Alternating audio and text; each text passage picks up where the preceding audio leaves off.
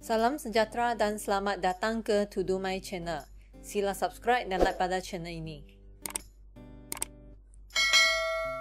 Hari ini kita akan bincang latihan buku teks matematik KSSM tingkatan 5, iaitu latih kendiri 6.1i pada muka surat 183. Okey, mari kita mula.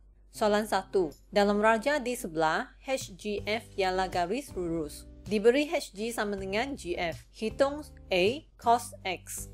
Diberi bahawa panjang HG adalah sama dengan GF. Maka, kita boleh dapat panjang GF dengan ambil 16 dibahagi dengan 2. Jawapannya adalah sama dengan 8 cm. Kemudian dengan merujuk kepada segitiga EFG, dengan menggunakan teorem Pythagoras, kita boleh cari panjang GE di mana ia sama dengan punca kuasa 2, 8 kuasa 2 tambah 6 kuasa 2. Jawapan adalah sama dengan 10 cm. Perhatikan dalam gambar raja bahawa X adalah sudut dalam sukuan kedua. Dengan merujuk kepada nota di sebelah, nilai cos adalah negatif dalam sukuan kedua. Oleh itu, cos sudut X akan sama dengan negatif GF bahagi dengan GE, iaitu sisi bersebelahan dibahagi dengan hipotenus. Kita gantikan nilai yang sepadan, ia akan sama dengan negatif 8/10 dan dipermudahkan menjadi jawapan negatif 4/5. Soalan B, sin X. Dengan merujuk kepada nota di sebelah, nilai sin adalah positif dalam sukuan kedua. Oleh itu, sin X akan sama dengan positif sisi EF bahagi dengan sisi GE, iaitu sisi bertentangan bahagi dengan hipotenus. Kita gantikan nilai yang sepadan, ia akan sama dengan 6/10, kemudian dipermudahkan menjadi 3/5. Soalan 2. Yongying bermain permainan baling damak. Papan damak berbentuk bulat dan mempunyai 4 sukuan seperti ditunjukkan dalam rajah di sebelah. Dia mendapati bahawa damak yang dilempar biasanya mengena kawasan sukuan yang mempunyai nilai sin theta sama dengan 0.8 sifar 9. Nyatakan A sukuan-sukuan tersebut. Diberi dalam soalan, sin theta adalah sama dengan positif 0.8 sifar 9. Iaitu nilai sin adalah positif. Dengan merujuk kepada nota di sebelah, nilai sin adalah positif dalam sukuan 1 dan 2. Maka jawapannya adalah sukuan 1 dan 2. Soalan B, sudut-sudut theta. Diberi dalam soalan tadi, sin theta adalah sama dengan positif 0.8 sifar 9. Langkah pertama kita carikan sudut rujukan sepadan alfanya, iaitu ia akan sama dengan sin kuasa negatif 1.8 sifar 9. Jawapannya akan sama dengan 54 darjah. Seperti yang telah kita lihat di soalan A tadi, sin adalah positif dalam sukuan pertama dan kedua. Oleh itu, kita akan pertimbangkan dua nilai ini dalam sukuan pertama dan kedua. Dengan merujuk kepada nota di sebelah, nilai theta dalam sukuan pertama akan sama dengan nilai alfanya, iaitu sudut rujukan sepadan, 54 darjah.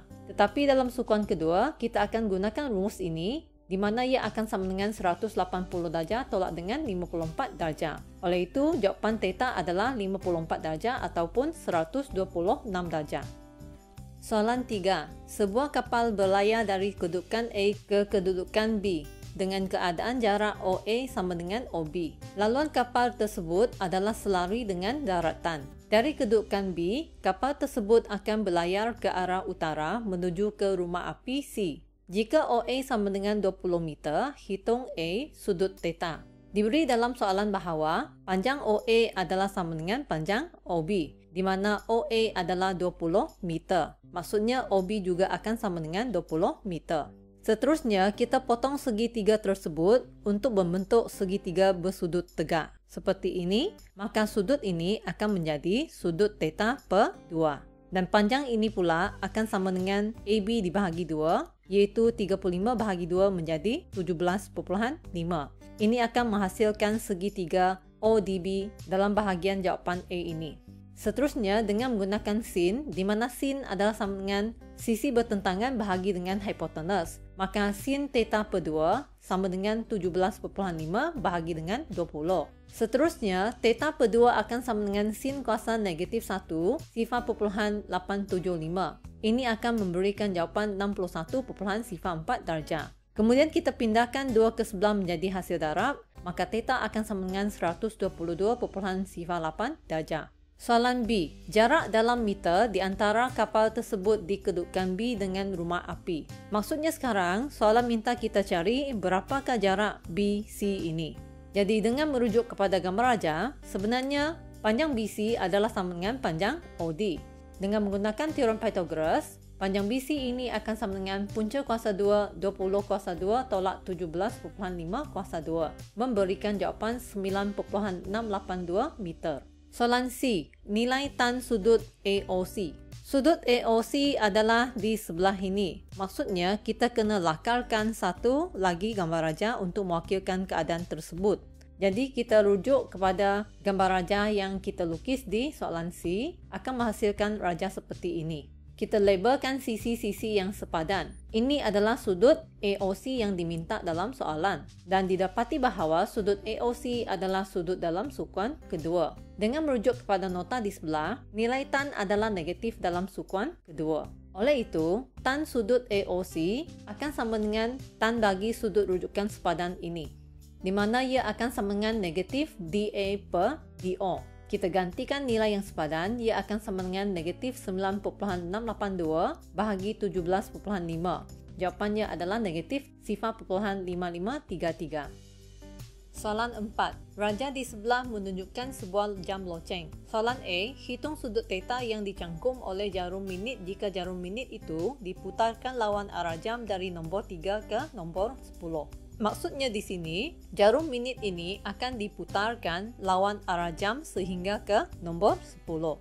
Jadi di sini kita boleh lakarkan suatu gambar raja seperti ini. Ini adalah kedudukan jarum minit. Oleh itu, kita nak cari apakah sudut yang terbentuk di sini.